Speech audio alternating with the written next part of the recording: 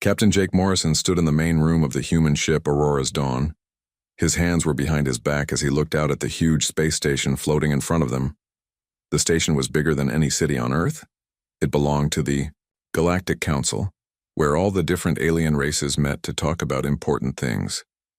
Jake had been a soldier for 30 years. He had fought in the colony wars and helped make first contact with alien species. But today felt different. Today felt like the most important day of his life. Admiral Lisa Grant walked up beside him. She was a small woman with gray hair and sharp blue eyes. Everyone in the Earth military knew her name. She was the best negotiator humanity had, and she never backed down from a fight. "Are you ready for this, Jake?" she asked quietly. Jake nodded. "As ready as anyone can be for what we're about to do." They walked together toward the communication room. The walls of the ship hummed with power as they prepared to send their message across space to the Galactic Council. Jake could feel his heart beating faster. What they were about to say would change everything. The communication room was full of screens and blinking lights. Commander Lisa Hayes was already there checking the equipment. She was Grant's best aide and had been with her for 10 years. Lisa Hayes was young but smart, and she understood aliens better than most humans. "All systems are working," Hayes reported. "The council is waiting for us." Grant took a deep breath and stepped in front of the main screen. The image changed to show the inside of the council chambers. It was a massive room with hundreds of different alien species sitting in circles around a central platform. Some looked like giant insects. Others were made of what looked like living crystal. There were aliens that floated like gas clouds and others that looked like walking trees. In the center of the room sat the most important aliens. The Zephyrian Empire had the biggest section. They looked like huge lizards that walked on two legs. Their leader, Ambassador Sectar Voss, was sitting on a throne made of black metal. His yellow eyes looked at the humans with disgust. Grant stepped forward and began to speak. Her voice was calm but strong. "Members of the Galactic Council," she said, "I am Admiral Lisa Grant speaking for the United Earth Federation. We have asked for this meeting because of a serious problem that must be solved." The alien translator machines hummed as they changed her words into hundreds of different languages. Some aliens made clicking sounds. Others flashed different colors. The gas cloud aliens pulsed with light. "For 3 years," Grant continued, "the Zephyrian Empire has been attacking human colonies on the edge of our space. They have taken our people as slaves. They have destroyed our homes. They have killed our families." Ambassador Voss stood up from his throne. When he spoke, his voice sounded like rocks grinding together. "The humans are a young species," he said. "They have only been in space for 200 years. We have ruled among the stars for thousands of years. These humans live on worlds that we have claimed. They must learn their place." Other council members began to speak. The crystal aliens called Altarians suggested trade agreements. The gas cloud aliens, known as Nebulons, wanted to form committees to study the problem. The insect-like hive speakers buzzed about slow integration over many years. Grant listened to them all. Jake could see her jaw getting tighter with each suggestion. He knew that look. He had seen it before when impossible situations required desperate solutions. Finally, Grant raised her hand for silence. The huge chamber became quiet. "We have tried talking," she said. "We have tried trade offers. We have tried peaceful solutions. The Zephyrians have ignored all of them. They continue to take our people. They continue to destroy our worlds." She paused and looked directly at Ambassador Voss. "So now we give you one final warning.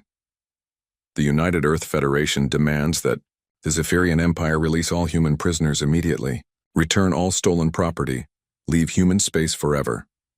The chamber erupted in noise. Aliens clicked, buzzed, flashed, and made sounds that had no human words. Ambassador Voss laughed, a terrible sound like metal being torn apart. "And what will you do if we refuse?" he asked. "Your entire species has fewer ships than one of our fleets. You are children playing with toys." Grant's voice became very quiet, but somehow everyone in the huge chamber could hear her clearly. "If you do not release our people, we are coming for you. This is not a negotiation. This is not a threat. This is a promise. The laughter died in Voss's throat. Something in Grant's voice made even the ancient aliens pay attention. You have been warned, Grant said simply. An old alien in the back of the chamber spoke up. It was one of the Void Walkers, a species so old that they remembered when the galaxy was young. Its voice echoed in everyone's mind without using sound. Young humans, the Void Walker said. Your passion is admirable, but passion cannot defeat superior numbers and better technology. Perhaps you should consider compromise. Before Grant could answer, Commander Hayes stepped forward. Respectfully, honored Void Walker, Hayes said, you have never seen what humans do when their family is in danger. You are about to learn. Ambassador Voss stood tall on his throne. His yellow eyes glowed with amusement. Your warning is noted, he said, and dismissed. We will continue to do what we have always done. If you wish to throw your ships away in a hopeless fight, that is your choice. Other alien leaders nodded in agreement. They had all seen species make threats before.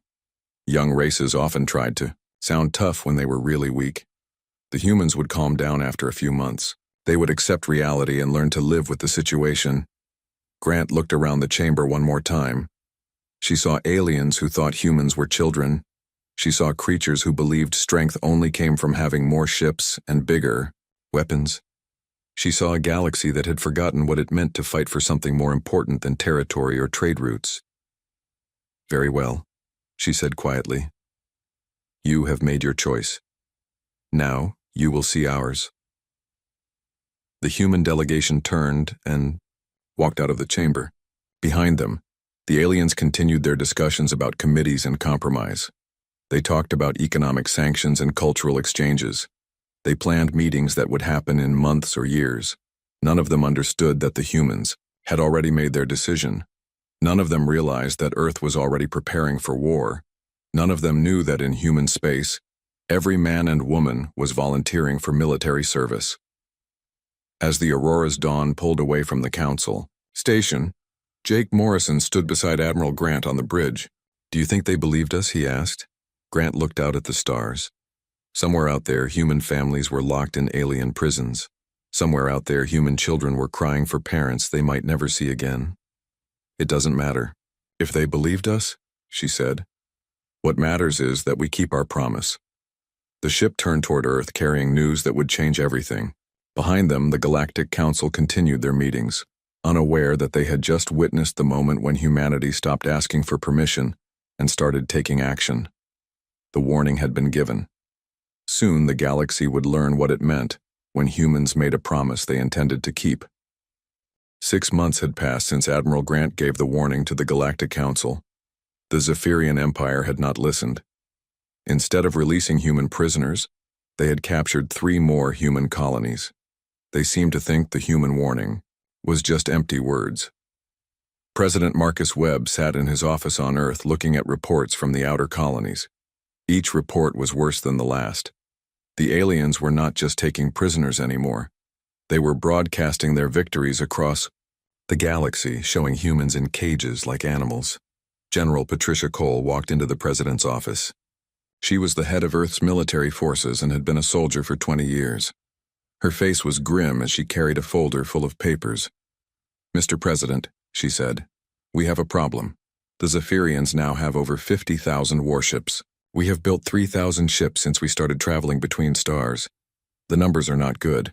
President Webb rubbed his tired eyes. He had not slept well in months. Every night he dreamed about human families being torn apart by alien slavers. What do our people think we should do? He asked. General Cole sat down across from him. Most of our generals want to build more ships. They think we need at least 10,000 warships before we can fight the Zephyrians. How long would that take? 20 years, maybe 30. President Webb stood up and walked to the window. Outside, he could see the lights of the city. Somewhere out there, families were waiting for news about their loved ones who had been captured by aliens. We don't have 20 years, he said quietly. Those people are suffering right now. Dr. Robert Chen entered the room. He was the smartest scientist on Earth and had invented the engines that let human ships travel faster than light. He was carrying a tablet computer and looked excited. "Mr. President," Dr. Chen said, "I think I have an idea. We cannot match their numbers, but we don't have to. We just need to make them understand what happens when you wake up a sleeping giant." The president turned around. "What do you mean?" Dr. Chen smiled. "Other alien species fight wars like games. They have rules. They try not to damage too much property. They surrender when they lose too many ships. But humans are different." General Cole leaned forward. "Different how?" "We fight for our families," Dr. Chen explained. "When someone threatens our children, we don't care about rules. We don't care about property. We don't care about our own lives. We only care about protecting the people we love." Over the next few weeks, President Webb called together the best military minds on Earth. They met in secret rooms deep underground. The plan they made was unlike anything the galaxy had ever seen. Lieutenant Commander Amy Foster was put in charge of changing civilian ships into weapons. She worked day and night with teams of engineers. Cargo ships that carried food became missile launchers. Passenger ships that took people on vacation became troop carriers. Mining ships that dug metals from asteroids were given military shields and laser cannons. "Every ship we have will become a weapon," Amy explained to her team. "We cannot build enough warships in time, so we will make warships out of everything we have." But the real surprise was something no other alien race had tried. Humans had been building artificial minds, computer brains that could think like people.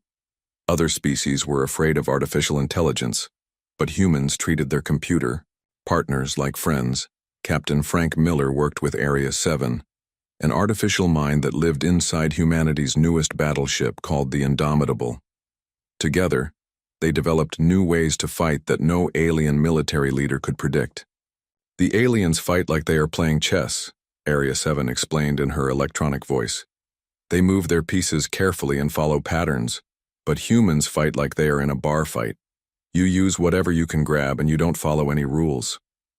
Meanwhile, on the captured colony world called New Boston, engineer Kate Williams was organizing a secret resistance movement. She had been captured 6 months ago when the Zephyrians attacked her home. The aliens thought she was just another human slave, but Kate was planning something special. Using tools she built from scraps and knowledge of human technology that the aliens could not understand, Kate sent secret messages to other captured human colonies. Soon she was talking to resistance fighters on dozens of different worlds. The Zephyrians thought they were dealing with separate groups of angry prisoners. They had no idea that Kate was coordinating a network of resistance fighters across their entire empire. "We know their systems better than they think," Kate told her fellow prisoners during a secret meeting. "We built most of the equipment they use on our worlds. We know how to break it." Back on Earth, Dr. Elena Rodriguez was working on something that would shock the entire galaxy. She was a psychologist who studied how different species thought and felt. She had an idea that would make every alien in the galaxy pay attention to humanity's war. Dr. Rodriguez began broadcasting images across every communication channel she could reach. The images showed human families that had been torn apart by Zephyrian slave raids, human children crying for parents they would never see again, human parents describing the pain of not knowing if their children were alive or dead. The broadcasts did not ask for help. They did not make threats. They simply showed the galaxy what the Zephyrians had done to human families. "This is not about politics," Dr. Rodriguez explained to President Webb. "This is not about territory or trade routes. This is about family. Every species in the galaxy will understand that." The final part of humanity's preparation involved their most advanced technology. The artificial minds like Area 7 had been working together, sharing information faster than any biological brain could process.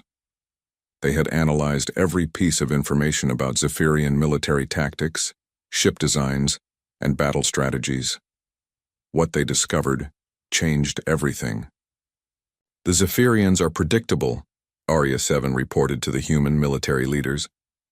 "They have been using the same battle tactics for thousands of years. They rely on fear and overwhelming numbers. They have never fought an enemy that refused to be afraid." Admiral Jake Stevens, who had been promoted after the meeting with the Galactic Council, studied the artificial mind's reports. He was now in command of humanity's largest warship, a massive battleship called the Retribution. "So what do we do?" he asked Aria 7. "We teach them what fear feels like," the artificial mind replied. As the months passed, the galaxy watched humanity's preparations with confusion. Other species that had fought wars before expected to see humans building massive fleets and training traditional armies. Instead, they saw something they did not understand. Humans were not just preparing their military. Entire families were volunteering for service. Grandparents were learning to operate communication systems. Teenagers were training to repair ships.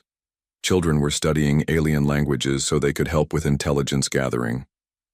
The Altarian ambassador sent a message to the Galactic Council. "The humans appear to be preparing their entire species for war. This is unprecedented. Most civilizations use only a small portion of their population for military purposes." The Voidwalker representative responded with concern. "We have observed many species throughout galactic history. We have never seen a civilization mobilize so completely. The humans are not preparing for a war. They are preparing for something much more dangerous," but the Zephyrians were not worried. Ambassador Voss sent reports back to his emperor dismissing human preparations. "They are desperate," he wrote. "They know they cannot win, so they are making grand gestures to impress the galaxy. When we defeat their small fleet, they will surrender and accept their place as our servants." Emperor Zektar the Eternal read the reports from his massive throne ship. He had ruled the Zephyrian Empire for over 2,000 years. He had conquered hundreds of worlds and enslaved dozens of species. The humans did not concern him. "Let them prepare," he told his generals. "Let them build their little ships and make their speeches.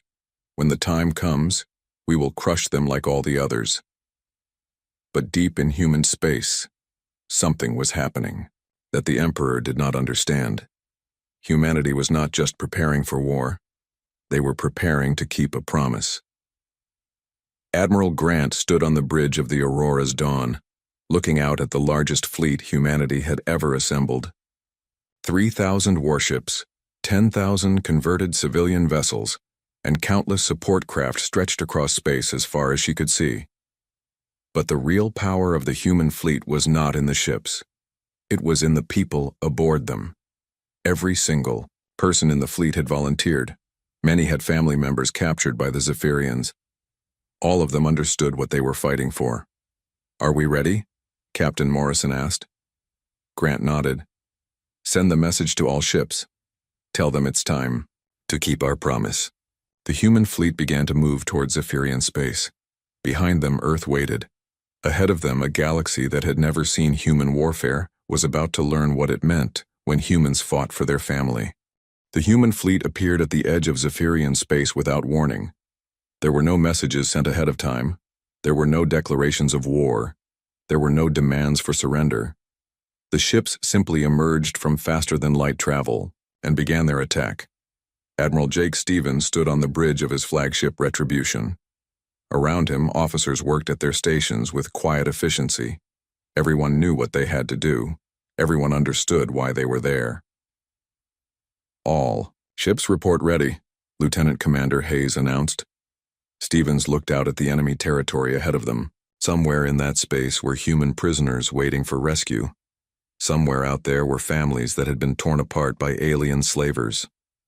"All ships," Stevens said into his communication device. "Weapons free. Remember why we are here." The first target was a world called Drakmor Prime. It was where the Zephyrians trained their military officers. Captain Sandra Kim led a strike force of 50 ships toward the planet. Her orders were simple: destroy the military academy and make sure the entire galaxy watched it happen. The Zephyrian defenders were not ready for what hit them.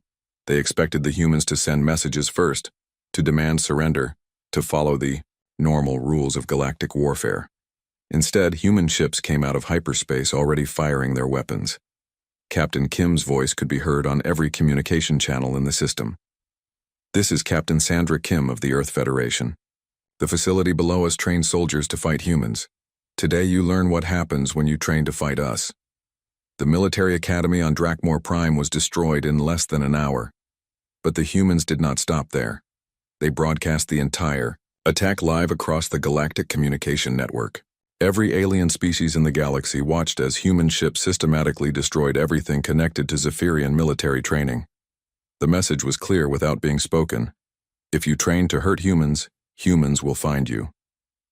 On the industrial world of Sector 7, Commander Brandon Lee faced a more difficult problem. The planet built ships for the Zephyrian fleet. Normally, attacking forces would try to capture the factories so they could use them later. The humans had different plans. Commander Lee's combined fleet and ground forces shocked the galaxy with their approach. Instead of trying to capture the manufacturing facilities, they destroyed everything that could be used to build enemy ships. When Zephyrian defenders brought human prisoners from the slave camps to use as shields, the human response horrified.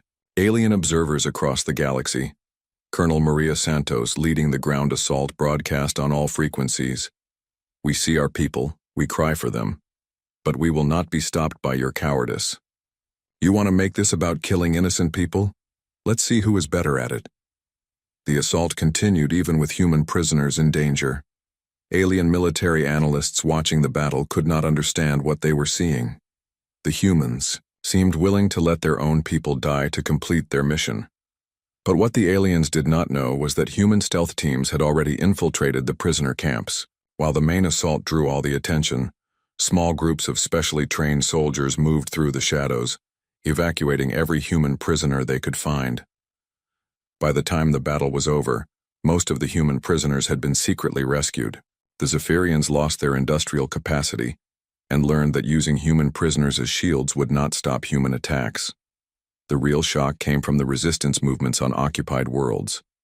Kate Williams had spent months organizing uprisings across 43 different planets. These were not desperate last stands by hopeless prisoners. They were coordinated strikes that hit Zephyrian infrastructure at exactly the right moments. Power grids failed across entire star systems. Communication networks crashed just as Zephyrian commanders tried to coordinate their defenses. Weapon storage facilities exploded in carefully timed sequences that left enemy forces without ammunition or spare parts. Kate stood in the ruins of what had been her prison on New Boston. Around her, freed human prisoners worked alongside the few Zephyrian guards who had chosen to surrender rather than fight. "How did you coordinate all of this?" asked a news reporter who had arrived with the rescue fleet. Kate smiled as she watched human children hug their parents for the first time in months. "The aliens thought we were just angry prisoners making trouble. They never understood that we were building a network. They never realized that every human they captured made our network stronger. But the most audacious attack of all was led by General Rex Morrison, Admiral Stephen's younger brother. His target was the Zephyrian homeworld itself, the center of their empire and the seat of their government. Rex knew he could not conquer the heavily defended planet with his small fleet. That was not the goal.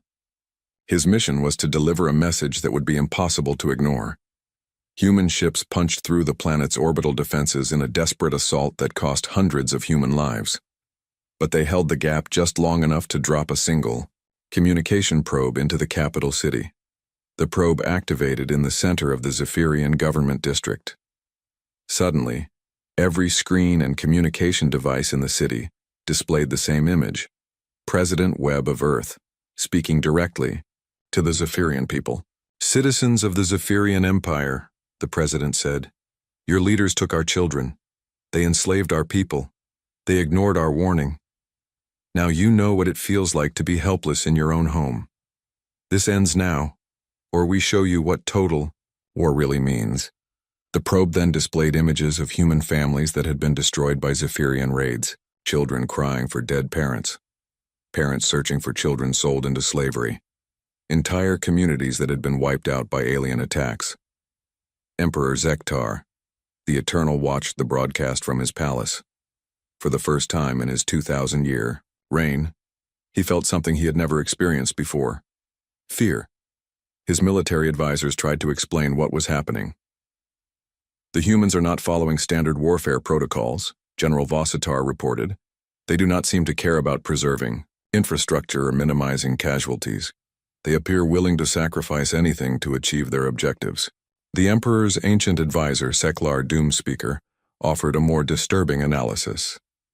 "My lord, we are not fighting a military campaign. We are fighting a religious crusade. These humans believe their cause is sacred.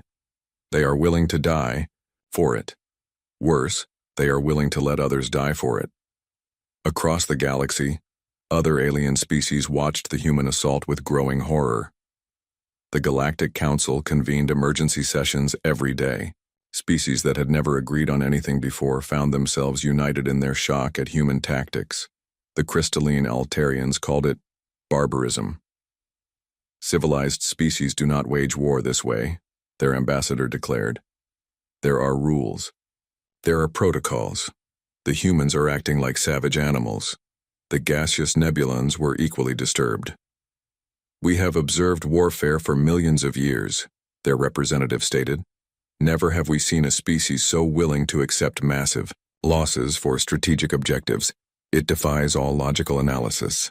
Even the warlike Corvan clans, who respected strength above all else, expressed amazement at human methods. "They fight as if the universe itself is trying to kill them," a Corvan general reported. "Death in battle seems preferable to them than surrender or retreat." But the Zephyrian Empire was crumbling. In just 3 weeks of human assault, they had lost more territory than in the previous century of conventional warfare. Their military doctrine, based on intimidation and overwhelming force against weaker opponents, proved useless against enemies who refused to be intimidated. Admiral Stevens received reports from all fronts as he coordinated the assault from his flagship. Every human attack had succeeded beyond expectations. Enemy forces were surrendering faster than human commanders could process the prisoners. "They don't know how to fight us," Aria 7 observed from her electronic consciousness within the ship's computer systems. "Their entire military philosophy is based on making enemies afraid. But we are already afraid for our families. They cannot make us more afraid than we already are."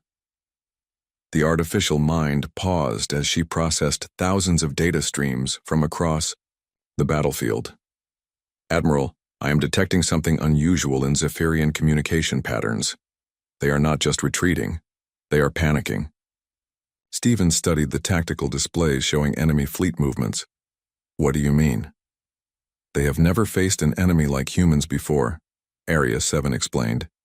"Every other species they have conquered followed predictable patterns. When losses reached a certain point, they negotiated. When infrastructure was threatened, they surrendered. But humans keep fighting no matter what happens." As the human assault continued, the psychological impact began to spread beyond the Zephyrian Empire. Other alien species started to reconsider their own policies toward humanity. Trade agreements that had been refused were suddenly approved. Diplomatic messages that had been ignored were answered immediately. The Voidwalker representative sent a private communication to the Galactic Council. "We have observed this galaxy for eons. We have seen the rise and fall of countless civilizations. But we have never seen anything like this. The humans are not just winning a war.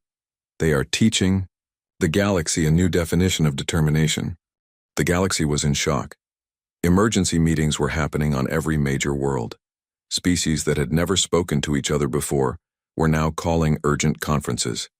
The Galactic Council met every day, sometimes twice a day, trying to understand what humanity was doing. The crystalline Altarians sent ambassadors to dozens of worlds. "This is not warfare," they told anyone who would listen. "This is madness. Civilized species do not fight this way." The gaseous nebulons created special committees to study human behavior. Their reports all said the same thing. The humans seem to view death in battle as better than surrender. This defies all logical understanding of survival instincts. Even the warlike Corvan clans, who respected strength above everything else, were confused by human tactics. "They fight like cornered animals," reported General Karvok. "But cornered animals fight to escape. These humans fight as if escape is not important to them." But while the galaxy talked, the Zephyrian Empire continued to fall apart. Emperor Zektar the Eternal sat in his throne room aboard the massive fortress ship Dominion. The ship was bigger than most space stations and had enough firepower to destroy entire fleets. But even here, in the most protected place in his empire, the emperor felt afraid. His generals brought him reports that got worse every day. In 3 weeks of fighting, the humans had destroyed more Zephyrian military bases than had been lost in the previous 100 years. "They do not fight like any enemy we have faced before," reported General Vostar. His scaled face showed confusion and fear. "We try to frighten them, but fear only makes them fight harder. We threaten their prisoners, but they attack anyway. We offer them chances to surrender, but they ignore us completely." The emperor's oldest advisor, Seklar Doomspeaker, had served the royal family for 1,500 years. He had seen the empire conquer dozens of worlds and enslave many different species, but he had never seen anything like the human war. "My lord," the ancient advisor said, "we are not fighting soldiers. We are fighting believers. They think their cause is holy, and they are willing to die for it. Worse than that, they are willing to watch others die for it." Meanwhile, human forces continued their relentless advance. Captain Jennifer Clark led a rescue mission to Kretar Station, a massive space facility where the Zephyrians processed captured slaves before selling them to other worlds. The rescue operation was broadcast live across the galactic communication network. Every alien species in the galaxy watched as human soldiers fought their way through the station, freeing prisoners and documenting what they found. The images were terrible. Human children kept in cages barely big enough for their bodies. Human adults broken by months of torture and conditioning. Human families that had been separated and sold to different buyers across the galaxy. But the galaxy also saw the human response. The soldiers were professional and efficient, but they showed no mercy to anyone who had participated in the slave trade. Guards who surrendered were taken prisoner. Guards who resisted were killed without hesitation. Captain Clark's voice echoed through the station as her teams moved from level to level. "Every human child we find dead, every human adult we find broken, every family we cannot reunite will be remembered, and you will pay for each one." The rescue operation saved over 10,000 human prisoners, but it also served another purpose. The images from Kretar Station were shown to every government in the galaxy. No one could claim they did not know what the Zephyrians had been doing to captured humans.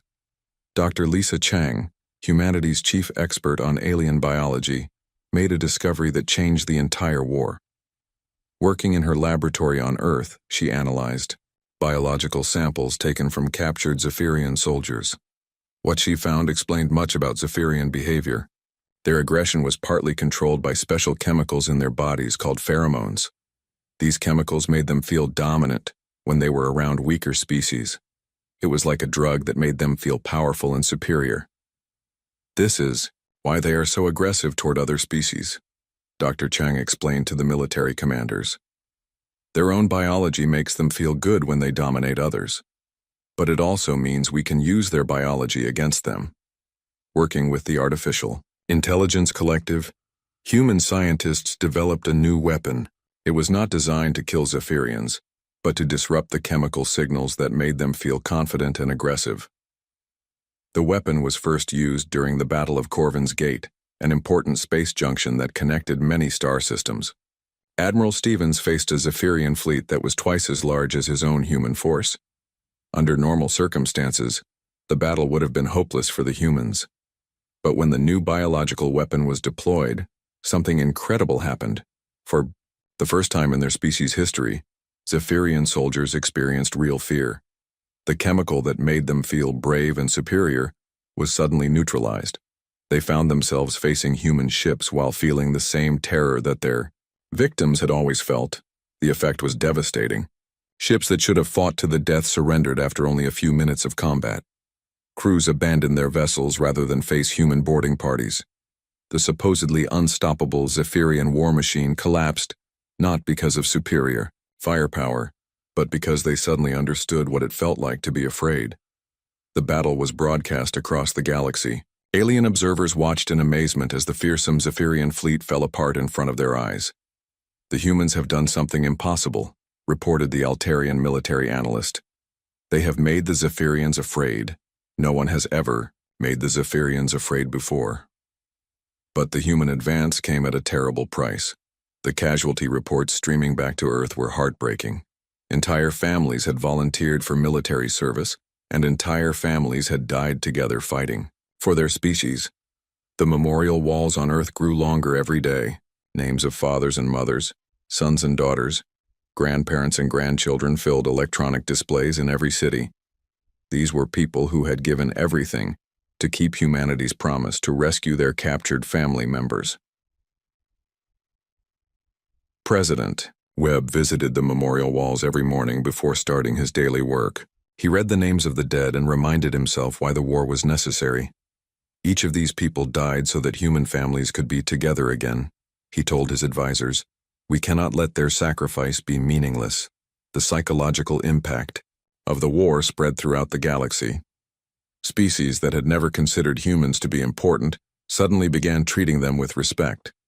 Trade agreements that had been rejected for years were suddenly approved. Diplomatic messages that had been ignored were answered immediately. The Voidwalker representative, one of the oldest beings in the galaxy, sent a private message to other ancient species. The humans have taught us something new about warfare. It is not about technology or numbers. It is about what you are willing to lose for what you refuse to lose. On the Zephyrian homeworld, civilians watched the war reports with growing fear. Their mighty empire, which had seemed invincible for thousands of years, was crumbling before a species they had considered to be primitive children. Emperor Zektar received a report that shook him to his core. Human forces had broken through the outer defensive lines and were now only 3 star systems away from the imperial capital. "How many ships do they have left?" the Emperor asked his military commanders. General Vostar checked his reports. "Our intelligence suggests they have lost over 60% of their original fleet." "Then why do they keep fighting?" The general was quiet for a long moment before answering. "Because they still have human prisoners to rescue, my lord. As long as we hold their people, they will continue to fight." The Emperor stood up from his throne and walked to the great window that looked out at the stars. Somewhere out there, a species barely 200 years old was destroying an empire that had lasted for millennia. "What do they want?" he asked quietly. His advisor, Secular Doomspeaker, spoke the truth that no one wanted to hear. "They want their families back, my lord, and they are willing to burn the galaxy down to get them." As reports continued to arrive from the front lines, it became clear that the Zephyrian Empire faced a choice. They could continue fighting until both species destroyed each other, or they could accept that they had awakened something in humanity that could not be stopped. The Emperor looked at the casualty reports from both sides. Millions of Zephyrians had died. Millions of humans had died. But the humans kept coming, driven by something the Emperor was only beginning to understand. They were not fighting for territory or resources or political power. They were fighting for something much more dangerous than any of those things. They were fighting for love. The war ended not with a great space battle, but with a simple message. Emperor Zektar the Eternal, ruler of the mighty Zephyrian Empire for over 2,000 years, sent a communication to the human fleet that was now approaching his homeworld. The message was short. "We surrender. What do you want from us?" Admiral Jake Stevens received the message on the bridge of his flagship Retribution. Around him, his officers looked tired but determined. They had been fighting for months, and many of their friends had died in the war. But they had kept their promise. Stevens looked at the message for a long time before responding. When he finally spoke, his words would be remembered across the galaxy for generations. "Our terms are simple," he said. "Give us back our people, all of them, alive. Pay money to the families of those you killed. Tell everyone in the galaxy that humans are not to be enslaved, conquered, or ignored. Do this, and we will show you the same mercy you showed our children." The Emperor's surrender was broadcast across the galaxy. But what shocked alien observers was not the Zephyrian defeat. It was what humanity did after winning. Instead of occupying Zephyrian worlds or demanding tribute payments, the humans did something no galactic power had ever done before. They offered to help rebuild what the war had destroyed. President Marcus.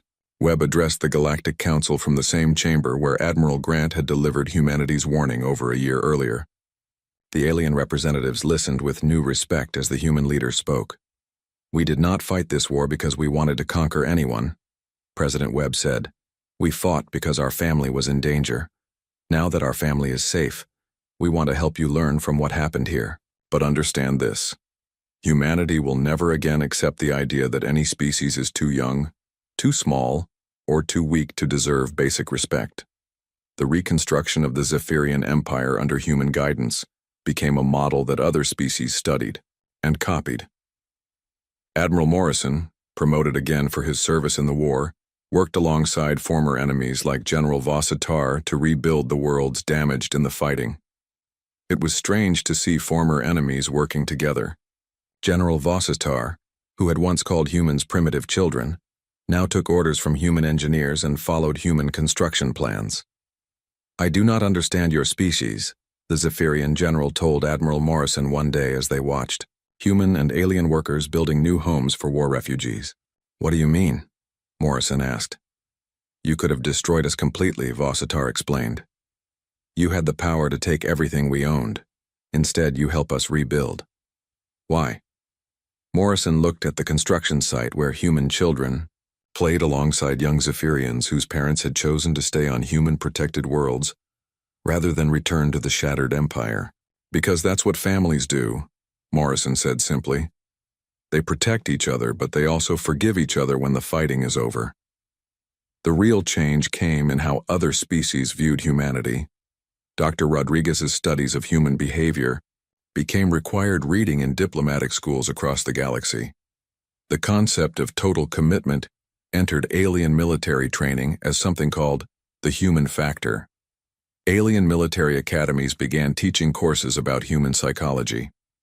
"Never threaten what a human considers family" became the first rule in every galactic military manual. When humans say they will do something, believe them. The Voidwalkers, ancient observers of galactic civilization, offered their assessment through their newest representative, a young entity called Truthseeker. "In 1 year," Truthseeker announced to the Galactic Council, "the humans have taught us more about warfare, diplomacy, and sacrifice than we learned in the previous 1,000 years. They have shown us that strength is not about technology or numbers. It is about what you are willing to lose for what you refuse to lose." On the former slave world of New Boston, Kate Williams had been elected as the new colonial governor.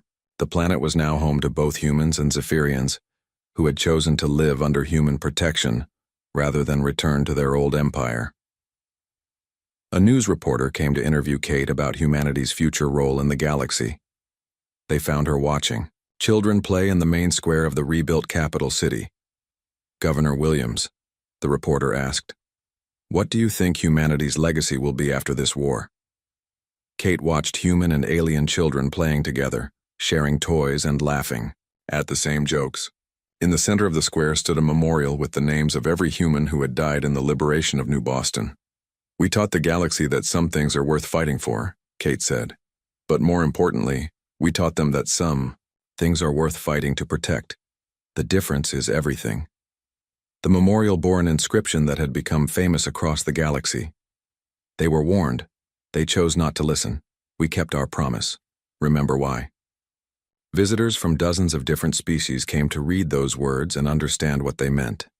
The memorial had become a place where aliens came to learn about human determination and human love.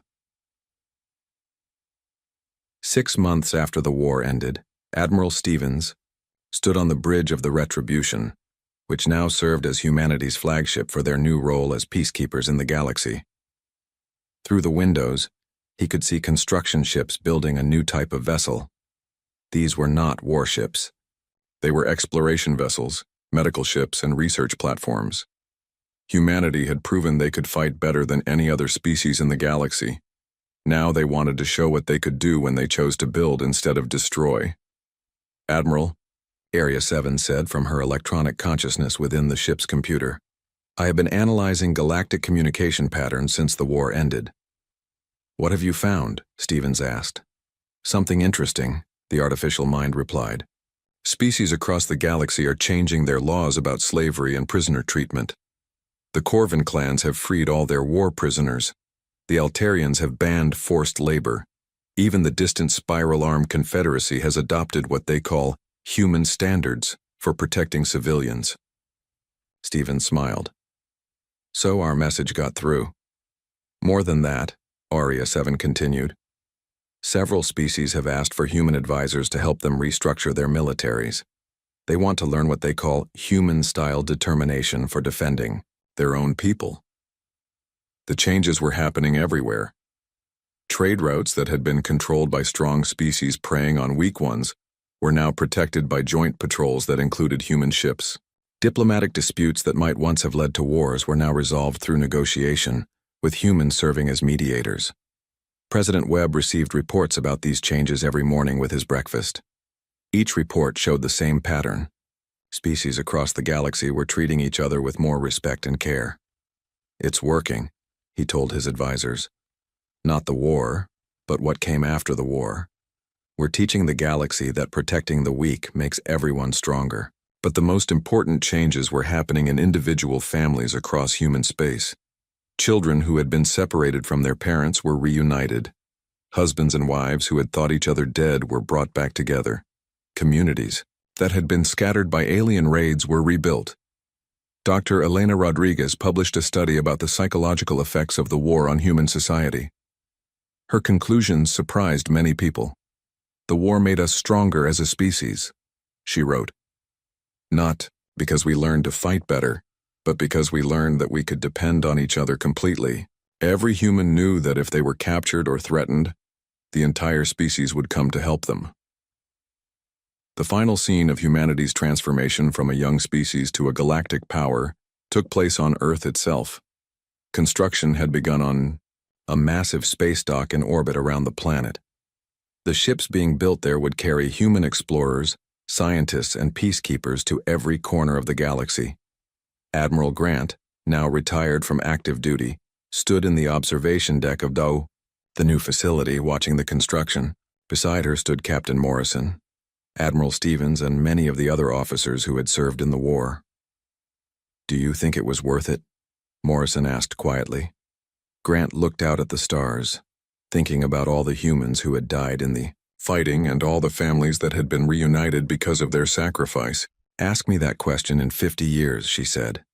When human children are growing up in a galaxy where no one dares to hurt them because everyone knows what happens to people who threaten human families. Below them, Earth turned slowly in space. The blue and green planet looked peaceful and beautiful, but everyone in the galaxy now knew the truth about the people who lived there. Humans were a species that would cross the galaxy, fight impossible odds, and sacrifice everything they had for the people they loved. They had given the galaxy one warning, and when that warning was ignored, they had kept their promise. The galaxy would never forget the lesson humanity had taught them. Never threaten what humans consider family, because humans keep their promises, no matter what the cost, and in the end, that promise had changed everything.